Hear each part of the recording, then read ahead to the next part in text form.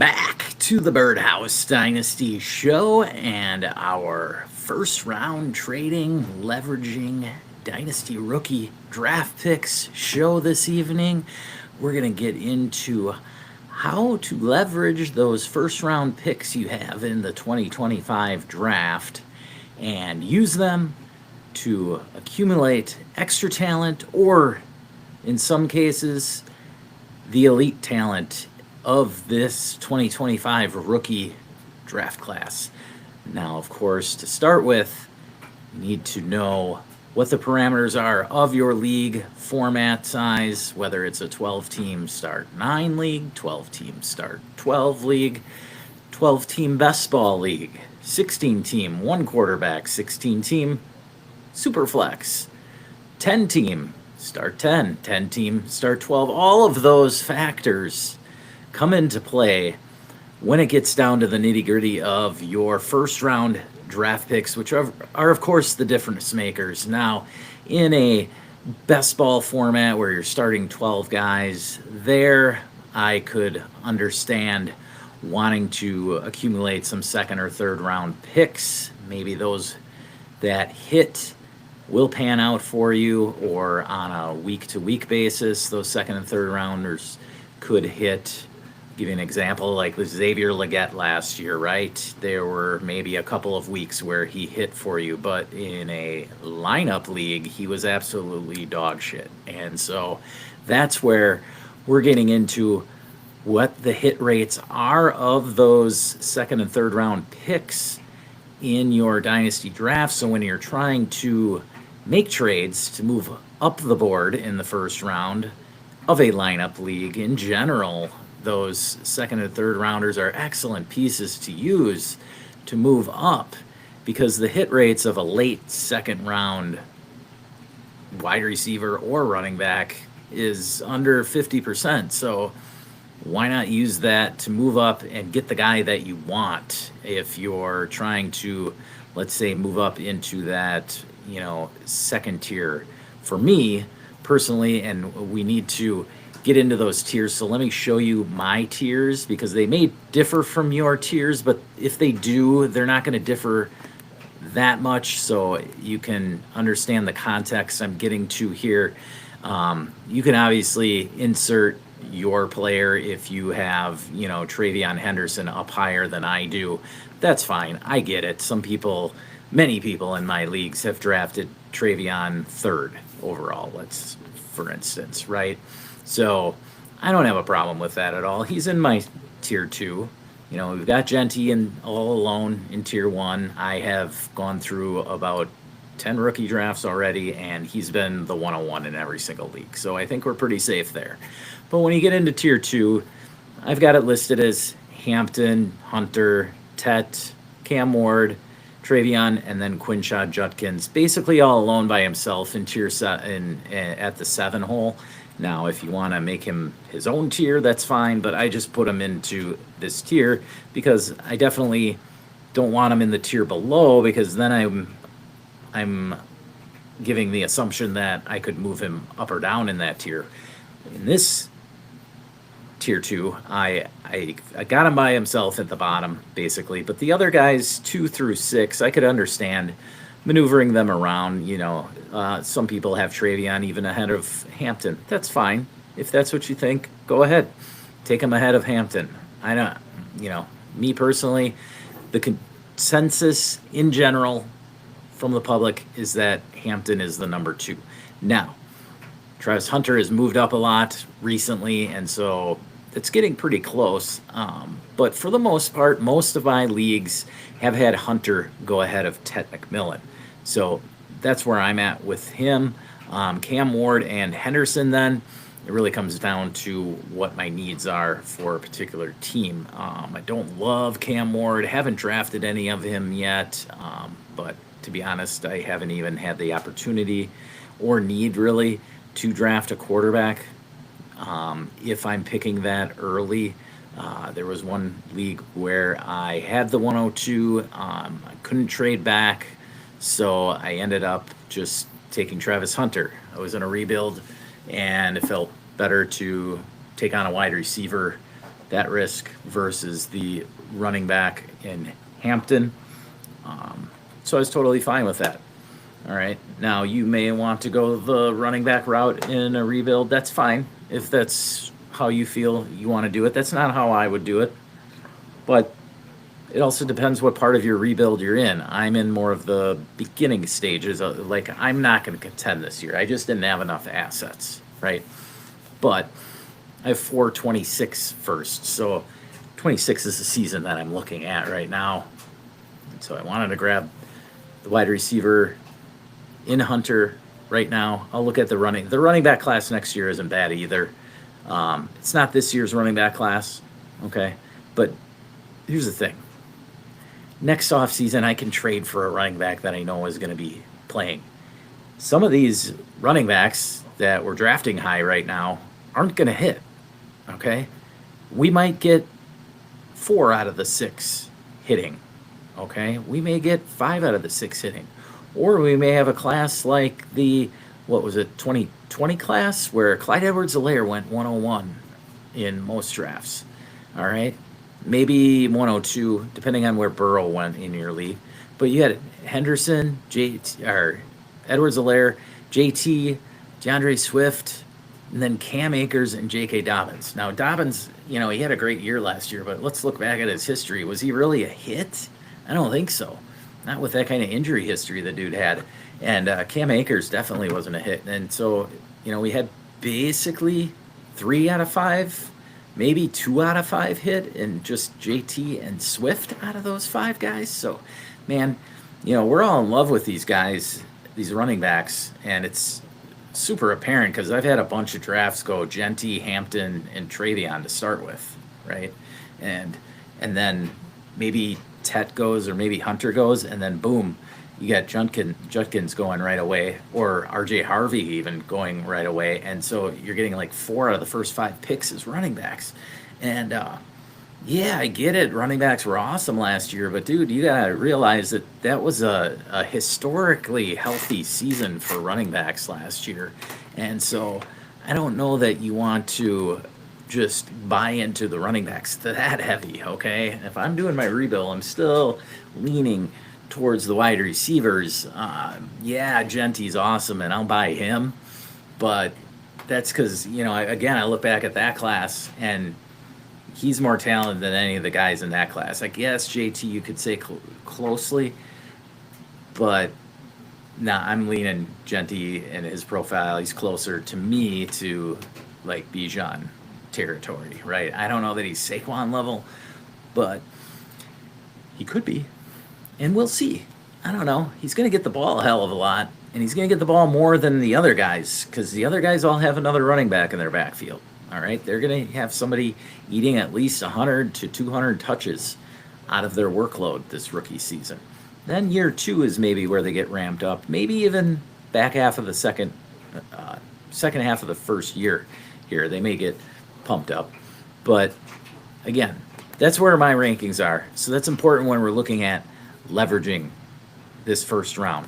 All right, and now quickly, I want to go back to those rankings because I want to show you the back half of the first round rankings, the 3rd tier and 4th tier, because these are important when we're talking about leveraging first round picks. How far back do you want to trade, or are you willing to trade? Now, me personally, these 2 tight ends, I'll avoid them at all costs. Not at all costs. Like if they land in my lap at picks 15 and 16, I guess, yeah. And I can't even trade back for Scadaboo or Tootin. Yeah, I guess I'd be okay. I haven't had to take him yet. I own 0 shares of Loveland and Warren so far. But my point being here, tier 3, I have no problem trading back into this tier, and I've done it a few times. Like Caleb Johnson, like RJ Harvey, you can flip them if you feel that way about Harvey. That's fine. I get it. It's an awesome landing spot in Denver. Sure. Caleb Johnson's in a boring offense in Pittsburgh, but he's going to get the ball. So, I don't care. Then you've got Dart and Ibuka. They're more for a rebuilding squad because they're not going to play as much this year. Ibuka will. Dart could win the job. So don't just write him off for the 2025 season altogether. I mean, Jackson Dart could be starting by October 1st, and then he gets 12, 13 starts out of his rookie year, and he's throwing to Malik Neighbors. Like, dude could be a lot better than you think. Same with Ibuka. Like, Mike Evans and Chris Godwin are guaranteed to be playing 17 games this year. All right, so Ibuka's pretty good. He's better than Jalen McMillan. I'll say that. Okay, and Jalen McMillan was pretty good last year. So they're going to work his way. He's going to work his way in somehow, some way into that Tampa offense, and I'm pretty excited about him. Even though it's very crowded, so I don't have a problem passing on him. I mean, I'll be honest, I don't have any shares of him yet. But back to these tiers 3 and 4. I have no problem trading back into the pick 11 range, all right? When I'm talking trading back from like the 102, 103, 104 picks, okay? So you trade back, you have the 102. I traded back to, let me think, what did I trade back to? The 106? No, I have the 106. Traded back to the, I'll bring it up in a minute, but the point being, I had the 101 and 106. That's what it was. And I had the 106 pick, and I traded back from the 106. And I was able to get two guys in this range.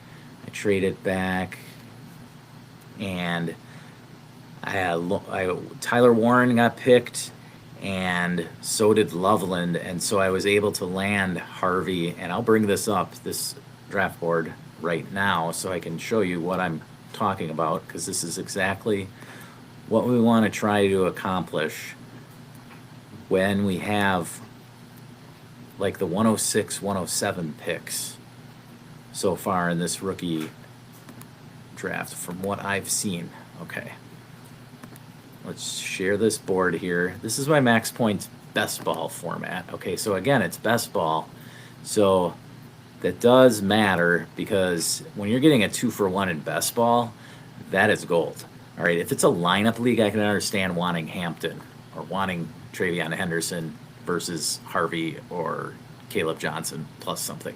But if you're needing like two starters, eventual two starters, then it would be a nice deal to do. Okay, I do think that Hampton and Henderson are going to be better in the long run than Caleb Johnson and Harvey, but it's still a good bet. Like, Harvey could easily outproduce Travion Henderson this year. He could easily outproduce Omarion Hampton this year, right? Okay, so don't get too caught up like in having to have Omarion Hampton or whatnot. If you need a wide receiver, though, like Hunter and Tet are very likely to outproduce Ibuka. So if you need that wide receiver, I would hold pat with whatever the pick 3, 4, 5, whatever, however your draft falls. You know, if somebody takes a wide receiver at 2, then, you know, it gets a little dicey with picks 3, 4, 5 as to when you can land the other wide receiver in that top tier or second tier. So now in this draft, I had the 106 pick. Drafted Genty at 101. I had the 106 and 201. All right. So I took the 106 and traded back, got the 112 and 206 plus a third, which was 27th third. So I got the 112 and 206 in a best ball, gave up the 106 and Ted McMillan. All right. I was gambling on being able to land RJ Harvey or Caleb Johnson at that 112. I did not want to get stuck with a tight end, but this one is a 2-point PPR, so a little different type of format. 2 PPR plus a half point for tight ends. So tight ends are getting 2.5 points every catch, but all the other positions are getting 2 points per catch. So there's a lot of points for the regular position players. Now, quarterbacks are still getting 6 points a touchdown pass, so they're still getting plenty of points themselves. But this does favor the regular positions a little bit more. So I was kind of surprised at Cam Ward going third overall, but that's fine. Dude needed a quarterback, took the top quarterback. I get it. So anyway, I had the 101, 106, and 201 to start with. And I had like the 210.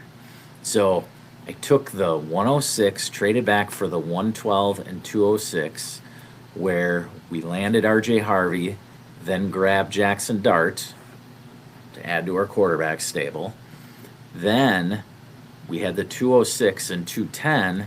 We took the 206 and traded back up into the 203. I'm trying to remember what I packaged there. 206 and 210, I believe. How did I do that? 206 and a later pick I used to jump up to the 203. Then I used the 210 and that 27 third to move up to the 206. So it was a little, no, that's what it was. Sorry. I did so much up and down movement in this league. I was dancing around the board and it was a lot of fun, but that's why I wanted to use it as an example. Again, so I got the 112 and 206 initially. Drafted Dart. He had the 203. That's for the brand. I used the 206 and that 27 third he had just given me to move back up to the 203. So I gave up the 206. Then I used the 210 and something else to move back up to the 206 and get it back. So didn't have the 206 initially, gave it up, and then got it back to grab Luther Burden, the last guy in that tier who I felt slid. So I took advantage of him sliding. We had Scadaboo and Jack Beshear going ahead of him, and I like Burden, so I made the move. Didn't want to sit at the 210, which was what I had. And I wouldn't have been happy because Tootin didn't make it there. I'm fine taking Scadaboo and Tootin if they're around here in this mid to late second round area. But after that, I want out. I'm telling you right now, I'm going to kick picks forward to 26 or 27. That's how I'm going to work the board here. I want picks. I want like top 15, top 16 picks, unless somebody slides to the 205, 206, and I'm aggressively trading up. Like I'm talking, I'll trade the rest of my draft to move back up into that range to grab somebody who I think will actually matter versus grabbing complete dart throws, which I believe is the rest of the draft after that point. So let me go again and show you my Patreon. So you guys can check this out by joining my Patreon. $3 a month. You can see my rookie rankings. It's not a bad price considered to some others out there.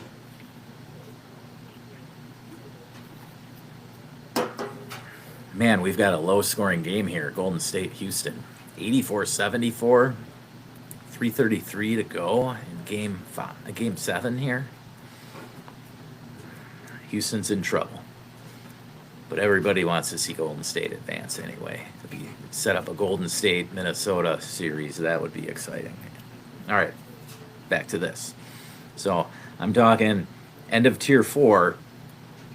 The only guys I like after that are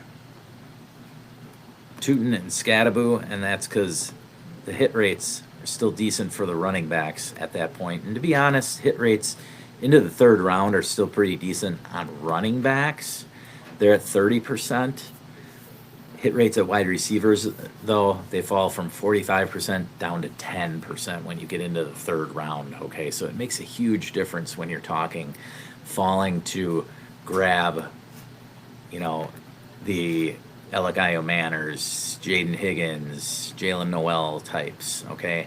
And I like Noel, but, the landing spot is kind of rough. Noel and Higgins from the same school, now they're on the same team. Like, with Nico Collins there.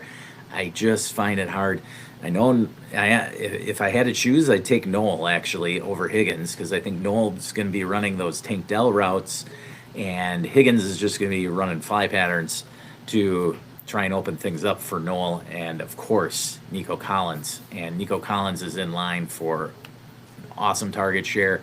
I honestly don't believe his target share is going to be affected because of Noel or Higgins. I think they just wanted to load up the receiver core and make it strong.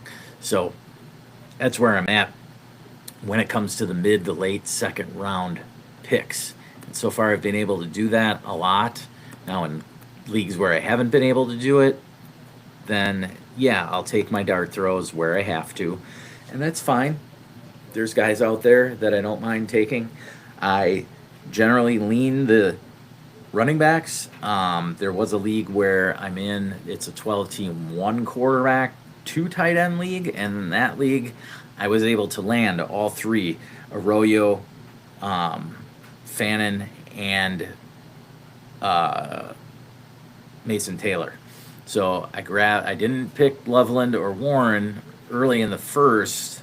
I would let somebody else, take an earlier because it's 2 tight ends, so the tight ends are bumped up. So like Warren and Loveland both went in the top 7 or 8 in that league. But I was able to grab the middling tight ends of this class and hope that one hits. One of those 3 guys hits. I'm good with that on second round picks. I think I got Fannin with a third rounder at the 301 in that league. But point being is I didn't want to waste a big high price chip in the first round on a tight end at the same point. Okay, I wanted to grab a running back or wide receiver with a first round pick. Okay, so then let's go over to another league that we're almost finished up with. This is my Dynasty Land League. This is a little less. This is more shallow of a format. 12-team, start 9. Superflex tight end premium, and let's show you that board here. That draft is almost finished up. We are moving to a full dynasty in this league next year. Not this one. Sorry, guys.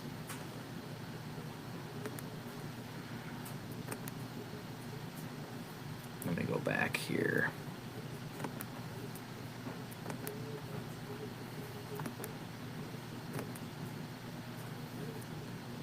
I'll get to it in a second here. There's the draft room. Okay. Now I can bring it up for you.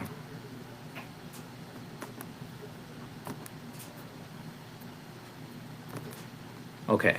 So now this league I didn't have a pick till end of the 3rd round. I've been a contender the last few years, just didn't have any first or second round draft capital, which was fine. I'm pretty well set. I go 4 deep at running back, 5 deep at wide receiver.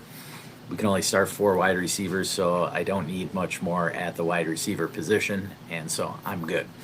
But now I want to have you pay attention to Fantasy Godzilla and what he was able to do here. He had gone into a rebuild. This was his first year with a loaded amount of first rounders, and this is what he did to dance around the board and collect more value and help his team improve to where he's borderline contending now right away. He will be sort of a house money type year. He doesn't need to contend because he's still got 2 firsts, I think, in the next year's draft, so he's got some leeway and some help if any injuries occur, but he should be able to finish at least middle of the pack and get into the playoffs this year and definitely have a shot maybe at the end of the year, depending on how well his rookies perform. We don't know. They're still rookies. Like, they don't all hit, okay? First round running backs hit at a good rate, about 75-80%. But first round wide receivers only hit at like a 55% clip. So the first round wide receivers are a little more volatile, but sometimes you get a year like last year where you get a number of them to hit, but Because even Rome Odunze is considered a solid rookie season and likely to improve next year. Um, sort of the JSN type. Okay. Now, I don't know if Rome will improve to what JSN did in his second season, but we'll see. Now, back to Fantasy Godzilla. He had the 102, 105, and then he was able to trade the 102 back to get the 110 and Josh Jacobs. So Josh Jacobs is a little older, but he didn't have any running backs. He was coming into this draft with 5 good wide receivers, 3 good quarterbacks. So he was all set there. He was looking running back for this draft. So yes, he could have just settled on Omari and Hampton, right? And that's what many would have done. Just settled on Hampton, then grabbed whatever running back at the 105. But the problem is Henderson might have gone at the 3 or 4 pick, and then he would have had to take Judkins early or trade back. There were a lot of scenarios that he wasn't excited about. He was sitting at. He also had the 11 and 12 picks, so he wanted to make sure that. Well, he didn't have the 11 and 12 initially. I think so he traded back to the 110, then he traded back again, and he still landed Caleb Johnson and RJ Harvey at the 11 and 12 picks while grabbing Henderson and Tet McMillan here at the 5 and the 6. So to go back again over this, he had the 102, 105, 106, and 112. Those were the picks that he had initially. 102, 105, 106, and 112. All right. So he traded back, got the 110 and Josh Jacobs. Then from the 110, he traded back 1 pick so he could grab Luther Burden. And at the 111, he scooped up Caleb Johnson. He got like a second or third swap, something like that, to move back 1 pick. And he got RJ Harvey. So he ended up getting Henderson, Caleb Johnson, Harvey, and Josh Jacobs. And he landed, that's right, he got Dalton Kincaid in that deal too somehow. And there was another pick involved. So it was even value-wise, but it really helped him out, being that he was sitting on not much at tight end either. So now he can start Dalton Kincaid, which we all know how Kincaid is right now in the community. Not very well liked because he disappointed last season, but who knows? He could bump himself back up a little bit last year. And I mean, all things being equal, like, he didn't do that bad last year for a second season tight end, right? So he's still starting. He's still startable. Okay. So, again, Fantasy Godzilla was able to leverage that 102 pick, just like I leveraged the 106 pick, into getting multiple assets that were playable. I did it for the 112 and 206 in a best ball format, which was more advantageous in that format. He did it here in a start 9 format, where, yes, going from Hampton to Caleb Johnson, in this case, essentially, yeah, it doesn't look great on the surface, but then when you dig deeper, I mean, who's to say Caleb Johnson doesn't outscore Omari and Hampton in their rookie seasons or going there? Neither is as surefire, ironclad of a prospect as Ashton Genty, all right? So that's what I'm looking at doing with Hampton and or Travion Henderson, is to move back and grab either Caleb Johnson or RJ Harvey plus. Because I think that Caleb Johnson or RJ Harvey has almost it's like a 60-40 percentage to me. Maybe even 55-45 as to whether Caleb Johnson or Harvey outscores Hampton or Travion Henderson. I do like Hampton or Henderson better, but it's a lot closer than appears on the surface. Like once we get into these drafts, people love to get into the 102, 103, 104, 105 range, right? They feel better.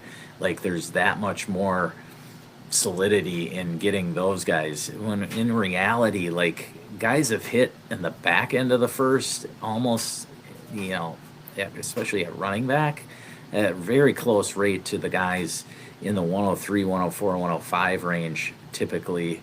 And so it's not that bad to move back, especially when these guys are as closely rated in talent. Now, it's not like we're moving back to end up being stuck with Scadaboo or Bishul Tootin. Like, I'm not advising you to go from the 102 to the 112 and 210. Okay, so you're stuck with Scadaboo. I only did that because it was a best ball format, and I had enough other draft capital in that league. I came into that draft. This was off of a startup where we were picking kickers.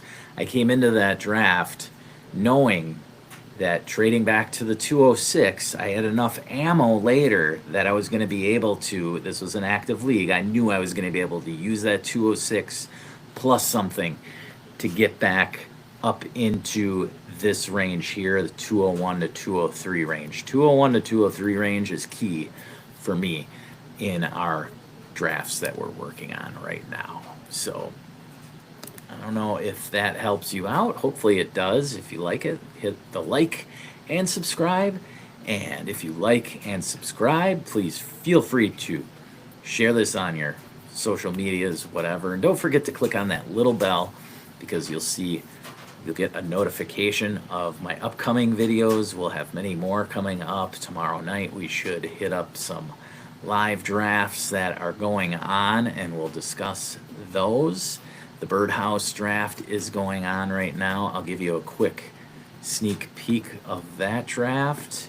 We just started it today. We had some guys very eager to get going in the Birdhouse. Birdhouse 2 draft is coming up in a couple of days, and these guys wanted to really get rolling, even though they all knew that the guys at 102 and 103 had things going on, and so we were going to do it untimed. But that's how it goes sometimes. You get guys eager, and so I went ahead and started it. But yeah, then we sat and waited for a while, and that's fine. We are on, there we are. We are sitting on pick 7, yes.